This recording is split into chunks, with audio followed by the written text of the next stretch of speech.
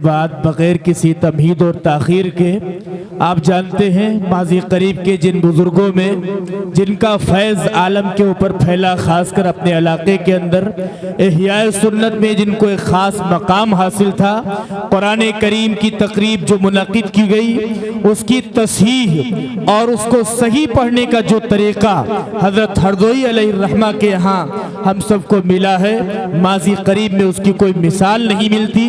انہی حضرت ہردوئی علیہ الرحمہ کے خلیفہ ہیں اور شیخ الحدیث ہیں مدرسہ اشرف المدارس ہردوئی کے حضرت مولانا افضال الرحمن صاحب دامت برکاتہم العالیہ۔ میں ان سے بصد خلوص احترام درخواست کرتا ہوں حضرت والا تشریف لائیں اور اللہ تبارک تعالی مجمع کی مناسبت سے اور ہم سب کے ماحول کی مناسبت سے جو باتیں آپ کے دل میں ڈالیں وہ ہم سب کے لیے ارشاد فرمائیں۔ مجھ کو عالم نہ کہو ایک فقیر آیا ہے، مجھ کو عالم نہ کہو ایک فقیر آیا ہے، دل کے دروازے پر آواز لگانے کے لیے۔ بسم اللہ الرحمن الرحیم، نحمدہ ونصلی علی رسولہ الکریم، رب اشرح لی صدری ویسر لی امری واحلل عقدۃ من لسانی یفقہوا قولی، اما بعد۔ اعوذ باللہ من الشیطان الرجیم، بسم اللہ الرحمن الرحیم، ورتل القرآن ترتیلا، وقال النبی صلی اللہ علیہ وسلم لا تجعلوا بیوتکم قبورا، او کما قال علیہ الصلاۃ والسلام۔ اسٹیج پر موجود حضرات علماء کرام، میرے عزیز دوستوں اور ساتھیوں، ہم سب لوگ بہت خوش نصیب ہیں کہ اللہ پاک نے ایسی مجلس میں شرکت کی اور حاضری کی توفیق عطا فرمائی جو قرآن مجید کی نسبت پر سجائی گئی ہے اور بلائی گئی ہے۔ ابھی آپ کے سامنے مدرسہ اسلامیہ رحمانیہ کے وہ عزیز طلباء کہ جن کو اللہ پاک نے حفظ قرآن کی دولت عطا فرمائی ہے، ان کی دستار بندی کا عمل ہوا ہے۔ اللہ پاک ان کو قرآن کی دولت کی حفاظت کی توفیق عطا فرمائے اور ان کی جو دستار ہوئی ہے اس کے حقوق کے ادا کرنے کی بھی توفیق عطا فرمائے۔ دیکھیے تقریباً 11:15 ہو رہے ہیں۔ جو لوگ میری مشغولیتوں سے اور میرے مزاج سے واقف ہیں، اتنی دیر جلسوں میں شرکت میرے لیے ممکن نہیں ہوتی ہے، اس لیے کہ صبح مدرسے کی حاضری ہے، پڑھانا بھی ہے۔ ظاہر سی بات ہے مسلسل پروگراموں میں شرکت اگر اتنی دیر کریں گے تو اس کا نتیجہ میری صحت متاثر ہوگی اور اسی کے ساتھ ساتھ اصل فریضہ جو تعلیم و تدریس کا ہے اس پر اثر پڑے گا۔ پھر اسی کے ساتھ ایک بات آپ لوگوں کے کام کی میں 2 باتیں اس وقت توجہ دلانے کے لیے عرض کرنا چاہتا ہوں کہ رات دیر تک پروگرام اگر آپ سنیں گے، ہم آپ سے پوچھنا چاہتے ہیں کہ کون لوگ وہ ہیں جو 12 بجے اور 1 بجے تک تقریر سننے کے بعد صبح فجر کی نماز میں ان کی حاضری ہو جائے گی۔ ظاہر سی بات ہے یہ دینی پروگرام جو ہوتے ہیں وہ تو اصلاح کے لیے ہوتے ہیں، تربیت کے لیے ہوتے ہیں، دینی کمیوں کے دور کرنے کے لیے ہوتے ہیں، نہ یہ کہ پروگراموں کی وجہ سے جو لوگ تہجد پڑھنے والے ان کی تہجد گئی، جو لوگ فجر کی نماز جماعت کے ساتھ پڑھنے والے ان کی جماعت چلی گئی۔ تو یہ پروگرام ہمارے لیے خیر کا ذریعہ بنے گا یا اللہ کے یہاں گرفت کا ذریعہ بنے گا۔ آپ یہ نہ سمجھیں کہ دین کا ہر کام جو ہم کو اچھا لگے ہم اس پر اجر کما لیں گے، نہیں، ہر کام کے لیے شریعت نے ایک طریقہ بتایا۔ اسی لیے ہمارے بزرگوں نے، چونکہ میں یہاں پہلی بار آیا ہوں، میرا آپ لوگوں سے کوئی ربط ضبط نہیں، نہ آپ ہمارے متعارف ہیں، کچھ لوگ ہیں جاننے والے میرے، لیکن ہمارا اپنا جو علاقے کے جو پروگرام ہم لوگ کراتے ہیں، بڑے بڑے پروگرام کراتے ہیں، لیکن ہمارے یہاں عشاء کے بعد فوراً بیان شروع کرا دیتے ہیں، 11 ساڑھے 11 پر دعا کرا دیتے ہیں اس کی۔ اور اب ہماری کوشش یہ چل رہی ہے کہ مغرب کے بعد پروگرام کرائیں گے اور عشاء کی نماز تھوڑی مؤخر کر کے بس اس بیچ میں بیان ہو جاتا ہے۔ اس میں سب سے بڑا فائدہ، بیان کرنے والا بشاشت سے بیان بھی کرتا ہے، سننے والا توجہ کے ساتھ سن بھی لیتا ہے، اور پھر آرام سے عشاء کی نماز پڑھ کر سو رہتے ہیں اور فجر کی جماعت مل جاتی ہے۔ آپ حضرات میرے خیال سے اب اس طرح بیٹھے ہوئے ہیں کہ ہم جیسا کمزور آدمی تو بیان بھی نہ کر سکے گا۔ بچے سامنے بیٹھے ہیں، آپ حضرات دور دور بیٹھے ہوئے ہیں، آپ خود ہی اپنی حرکت بتا رہے ہیں کہ مولانا صاحب اب بس کرو، بہت سن چکے، آپ سے پہلے ہم تھکے بیٹھے ہیں، اتنی دیر بیٹھ کر کے میرا خود جی ایسا ہو گیا۔ ایک گزارش یہ ہے، آپ سب آگے بڑھ کر کے آ جائیے، جتنے بیٹھے سمٹ کر آئیے آپ قریب، آپ لوگ تھوڑا تھوڑا آگے آ جائیے۔ دوسری دوستانہ شکایت ہے، میں جب سے یہاں آیا ہوں دیکھ رہا ہوں کہ جیسے سیاسی انداز ہے جلسوں کا، بالکل وہی انداز آپ نے اختیار کر لیا کہ کچھ لوگ یہاں بیٹھے ہوئے، کچھ وہاں بھیڑ لگا کے بیٹھے ہوئے، کچھ یہاں بھیڑ لگا کے بیٹھے ہوئے ہیں۔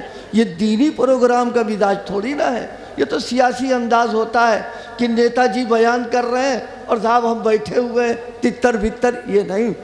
دینی جلسوں کا انداز یہ ہوتا ہے کہ جب آدمی بیٹھتا ہے تو دیکھنے والا محسوس کرتا ہے جیسے دسترخوان پر بھوکا آدمی بیٹھتا ہے، اس فکر کے ساتھ دینی مجلسوں میں بیٹھنا، اس نیت سے کہ جو سنائیں گے اس کو ہم سنیں گے اور عمل بھی کریں گے۔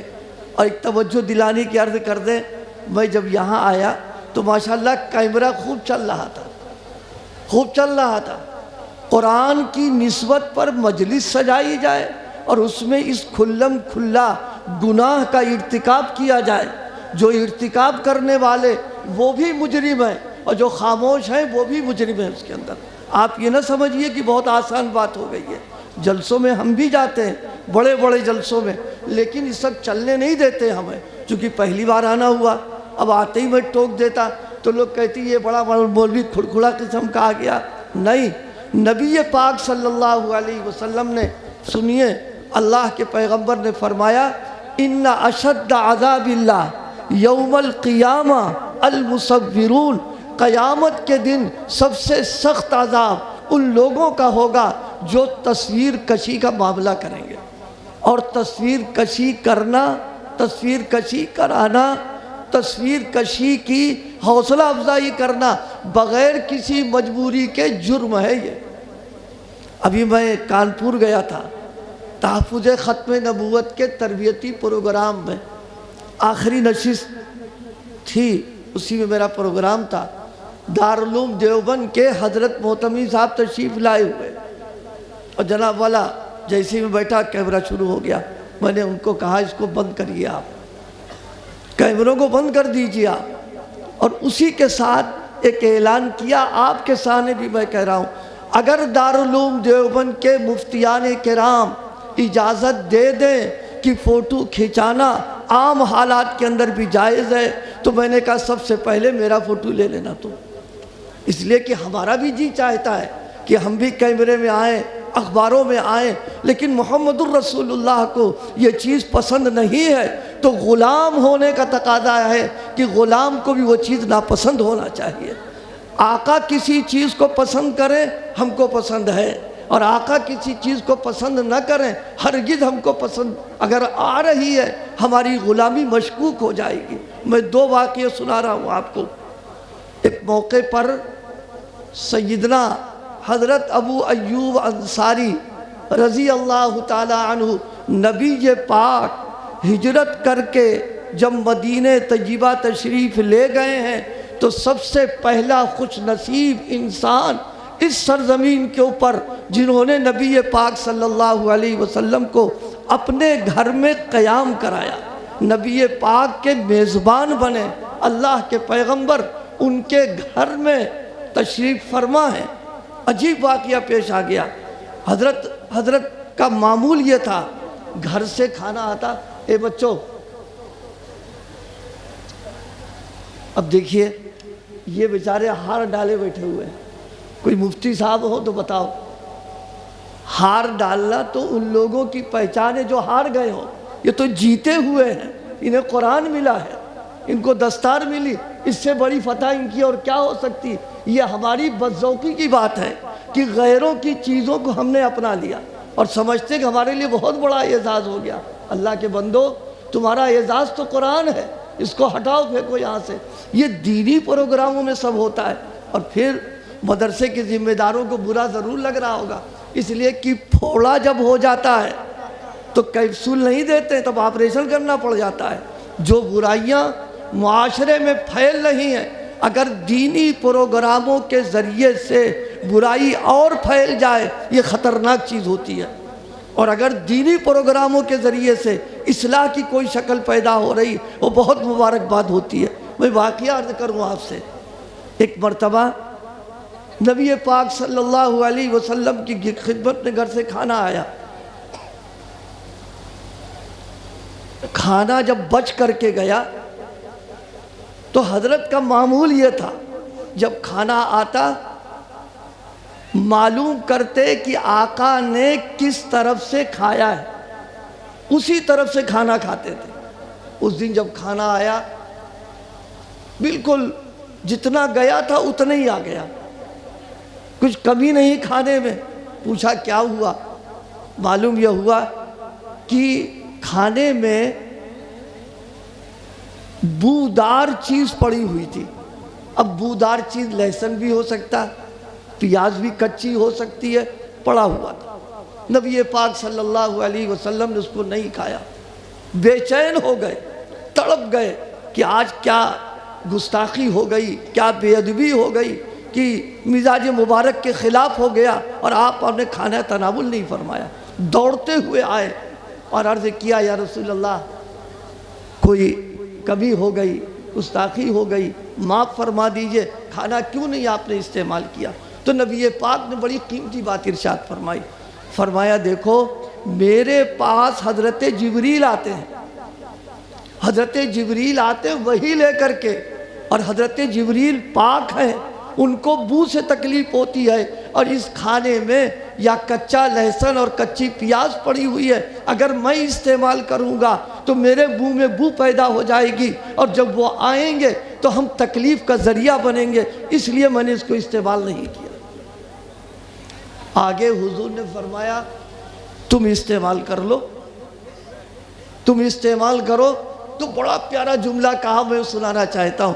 فرمایا اکرہ ما تکرہ، آقا غلامی کا سودا کیا ہے، جو آپ کو ناپسند ہے وہ ہم کو ناپسند ہے، اور جو آپ کو پسند ہے وہ ہم کو پسند ہے، یہ ہے غلامی کی بات۔ یہ تھوڑی نا کہ جو مزاج کے مطابق ہے وہ تو ہم لے رہے ہیں، جو مزاج کے خلاف پڑ جائے ہم دور ہو جائیں، یہ غلامی نہیں ہے۔ غلامی یہی ہے، قرآن کی نسبت بہت بڑی نسبت ہے، بہت بڑی نسبت ہے۔ ہم سوچ نہیں سکتے کہ اللہ پاک نے اتنی بڑی دولت ہمارے ان بچوں کو عطا فرما دیا ہے، یہ اللہ کا بہت بڑا فضل ہوا ہے۔ میں دوسرے پہلو سے آپ کو سمجھانا چاہوں، یہ تو ان کی عنایت ہے، جس کو چاہیں انتخاب کر لیں آپ۔ انسان اپنی ذات کے اعتبار سے انسان میں کمزوریاں ہیں، انسان ضعیف ہے، انسان میں اخلاقی بھی کمزوریاں ہیں، کردار کی بھی کمزوریاں ہیں۔ یہ ہم نہیں کہہ رہے ہیں، قرآن کہہ رہا ہے۔ ایک موقع پر قرآن مجید نے فرمایا خلق الانسان ضعیفا، ہم نے انسان کو کمزور بنایا۔ آپ اتنے لوگ بیٹھے ہوئے ہو، اپنے گھر کی، اپنے دکان کی، اپنے کارخانے کی حفاظت کے لیے آپ کمزور آدمی رکھتے ہو یا طاقتور رکھتے ہو؟ ساری دنیا جانتی کمزور کو کوئی نہیں رکھ سکتا ہے، طاقتور کو رکھا کرتا ہے۔ اور اللہ پاک نے ایک موقع پر اور فرمایا انہو کان ظلوما جہولا، یہ ظالم بھی ہے، یہ جاہل بھی ہے۔ آپ بتائیے کوئی آدمی اگر ظالم ہو تو اس ظالم کو کوئی آدمی کوئی اعزاز نہیں دیا کرتا ہے، اور کوئی جاہل ہو اس کو بھی کوئی آدمی اپنے قریب نہیں کر سکتا ہے۔ یہ قرآن نے کمزوریاں بیان کی ہیں۔ ان کمزوریوں کے باوجود کہ انسان ضعیف بھی ہے، انسان کمزور بھی ہے، ظالم بھی ہے، جاہل بھی ہے، اس کے باوجود اللہ نے انتخاب حفاظت قرآن کے لیے اسی کا کیا ہے۔ یہ اللہ بتانا چاہتا ہے کہ دیکھو ہمارا معاملہ بالکل الگ ہے، تمہاری فہم اور تمہاری سمجھ الگ ہے اور ہماری سوچ الگ ہے۔ اللہ پاک نے جب انتخاب کیا ایسے لوگوں کا کیا، اور ہم عرض کریں اللہ کا معاملہ بڑا عجیب و غریب ہے۔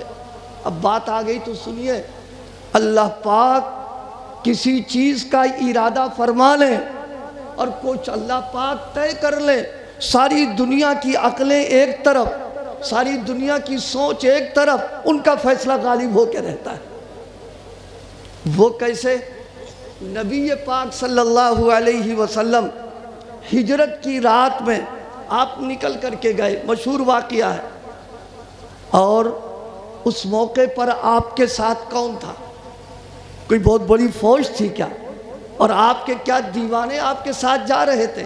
آپ کے ساتھ مددگار گئے؟ نہیں، صرف تنہا سیدنا صدیق اکبر رضی اللہ تعالیٰ عنہ آپ کے ساتھ۔ اس موقع پر حضرات علماء کرام بھی تشریف فرمائے، ان کی توجہ ایک بات کی طرف مبذول کرنا چاہتا ہوں۔ نبی پاک جس وقت مدینے سے روانہ ہوئے ہیں، دو امانتیں آپ کے پاس تھیں۔ ایک امانت وہ تھی جو مکے والوں کی تھی، جو مال کی دولت کی شکل میں تھی۔ مکے والے باوجود آپ کے مخالف ہونے کے، آپ کے دشمن ہونے کے، دین کے خلاف سب کچھ کرتے تھے، لیکن آپ کی امانت اور دیانت پر اتنا اعتماد تھا کہ اپنی امانتیں حضور کے پاس رکھاتے تھے اور آپ کو رسول امین کہا کرتے تھے۔ نبی پاک صلی اللہ علیہ وسلم سے کی اس صفت سے سارے مسلمانوں کو ایک پیغام ہے، ہم بھی اس کے اندر شریک ہیں، کہ ہمارے اندر اخلاقی اعتبار سے ایسی کوئی کمی نہیں ہونا چاہیے کہ دوسرا آدمی انگلی اٹھانا شروع کر دے۔ ہم اخلاقی اعتبار سے اتنے درجے کمال پر ہوں، ہمارے اندر امانت ہو، دیانت ہو، صداقت ہو، اور اتنی دیانت اور صداقت ہونا چاہیے کہ غیر بھی کہے کہ یہ امین شخص ہے، یہ سچ بولے گا، یہ بددیانتی نہیں کرے گا۔ یہ نبی کی سیرت ہم کو پیغام دے رہی ہے۔ اللہ کے نبی جب روانہ ہوئے تو وہ امانتیں جو مکے والوں کی تھی، ان امانتوں کو حوالے کیا ہے سیدنا حضرت علی کرم اللہ وجہہ کے، اور فرمایا کہ تم میرے بستر پر سو جاؤ اور چادر اوڑھ کے لیٹ جاؤ اور ان امانتوں کو پہنچا دینا۔ اور دوسری امانت نبوت کی تھی، ختم نبوت کی تھی، رسالت کی تھی۔ اس امانت کی حفاظت کے لیے اللہ پاک نے صدیق اکبر کا انتخاب کیا۔ دنیا کی جو امانتیں تھیں اس کے لیے حضرت علی کا انتخاب ہوا ہے، اور نبوت کی جو امانت ہے ختم نبوت کی، اس کی حفاظت کے لیے صدیق اکبر کا انتخاب ہوا ہے۔ حضرت صدیق اکبر نے اپنی صداقت کا ثبوت دیا ہے۔ کس طرح پر؟ کہ اس امانت کی حفاظت میں جو کچھ کر سکتے تھے سب کچھ کیا ہے انہوں نے۔ روایات میں ہے کہ آقا جب چل رہے تھے، روانہ ہوئے، تو حضرت صدیق اکبر کبھی آگے، کبھی پیچھے، کبھی دائیں، کبھی بائیں۔ حضور نے پوچھا ابو بکر یہ کیا کر رہے ہو کہ تم چاروں طرف بھاگے بھاگے پھرتے ہو، کبھی ادھر کبھی ادھر کبھی ادھر؟ کہا حضور امانت ہے، اللہ نے میرے حوالے کی ہے، مجھے جب خطرہ محسوس ہوتا ہے کہ اس امانت پر کوئی حملہ نہ کر دے سامنے سے تو میں سامنے آ جاتا ہوں، اور جب مجھے اندیشہ ہوتا ہے پیچھے سے کوئی نہ آ جائے تو میں پیچھے ہو جاتا ہوں۔ چاروں طرف صرف آپ کی حفاظت پیش نظر ہے۔ اللہ پاک نے پھر ان دونوں کی کیسی حفاظت کی ہے؟ سیرت کو پڑھیے، علماء سے سنیے، اللہ پاک نے دنیا کو بتایا۔ ہم آپ سے پوچھنا چاہتے ہیں کہ حفاظت کے لیے ہماری فہم، ہماری عقل، ہماری سمجھ کیا کہتی ہے، لیکن اللہ کی قدرت بڑی عجیب ہے۔ نبی پاک اور صدیق اکبر غار میں چلے گئے، اور چلے جانے کے بعد اللہ ان کی حفاظت کے لیے جو چاہتا وہ کر لیتا، لیکن عجیب انتظام کیا۔ سب سے کمزور ترین مخلوق مکڑی کو اللہ نے فرمایا تم جا کر کے جالا بن دو اس کے اوپر۔ آپ بتائیے مکڑی کی کیا اوقات، اس کے جالے کی کیا اوقات۔ قرآن مجید نے بیان فرمایا ان اوہن البیوت، گھروں میں سب سے کمزور گھر جو ہوتا ہے وہ مکڑی کا جالا ہوتا ہے۔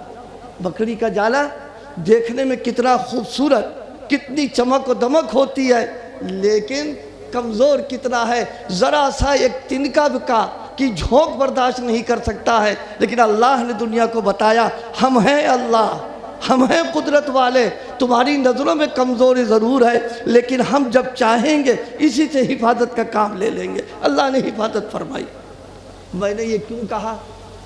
ایک بات، اس وقت علماء بیٹھے ہوئے ہیں، ان کو مخاطب نہیں، ان کے سامنے ایک بات عرض کر رہا ہوں۔